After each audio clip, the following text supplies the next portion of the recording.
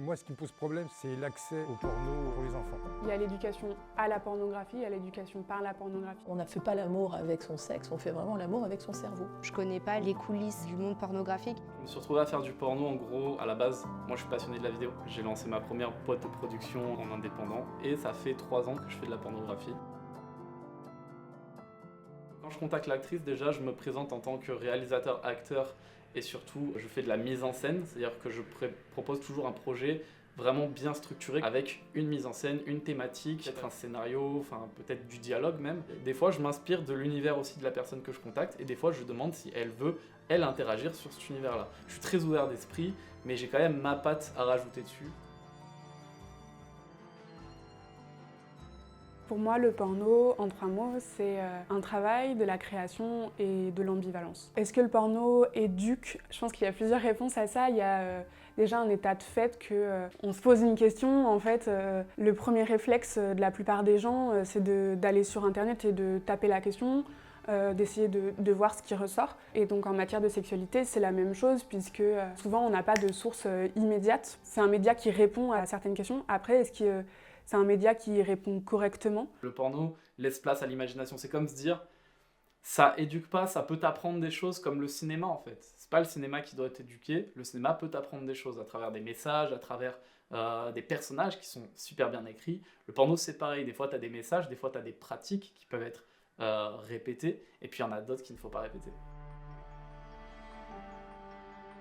La pornographie peut être utile quand c'est une pornographie qui peut s'apparenter à l'érotisme, au respect et à une réalité. Ce n'est pas un moyen d'éduquer.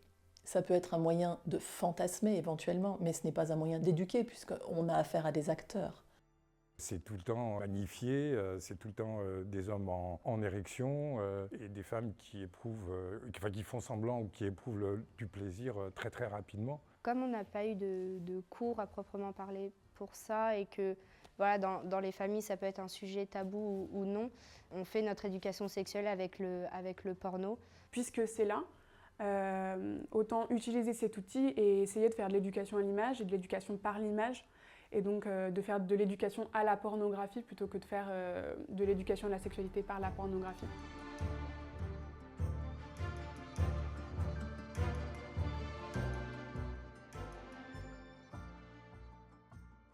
Dans un monde idéal, moi j'adorerais que les enfants soient déjà éduqués au respect de leur corps, qu'on commence déjà par connaître l'anatomie, de leur intimité et de la notion de respect du corps, des sensibilités du corps. Il ne s'agit pas d'acte sexuel, il s'agit de connaissance de l'anatomie.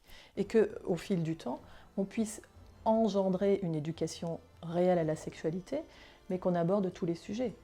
Il y a du contenu pornographique qui est excellent et qui est justement dans cette démarche féministe, d'éducation au corps aussi, d'éducation au plaisir, et des réalisatrices et des réalisateurs qui sont très pertinents sur ça. Il y a une réalisatrice qui s'appelle Erika Lust qui fait beaucoup de contenu et notamment du porno queer. Elle a plusieurs plateformes et notamment une plateforme d'éducation sexuelle par la pornographie avec des trucs très concrets. Peut-être qu'aujourd'hui les personnes n'arrivent plus à prendre du plaisir sur un simple ébat sexuel classique, du fait que les vidéos, les scénarios vont toujours de plus en plus loin, que ça soit dans les pratiques ou le scénario mis en place. C'est beaucoup plus difficile d'avoir un rapport sexuel à partir du moment où le film pornographique n'est plus là si on est en addiction, parce que notre imaginaire ne fonctionne plus. Donc automatiquement, sans image, sans imaginaire, image dans notre cerveau, eh bien, il ne se passe plus rien. Aussi bien pour l'homme que pour la femme. Sans fantasme, le corps ne fonctionne pas. On ne fait pas l'amour avec son sexe, on fait vraiment l'amour avec son cerveau. C'est le cerveau qui est d'abord notre premier organe sexuel, contrairement à ce qu'on pourrait penser.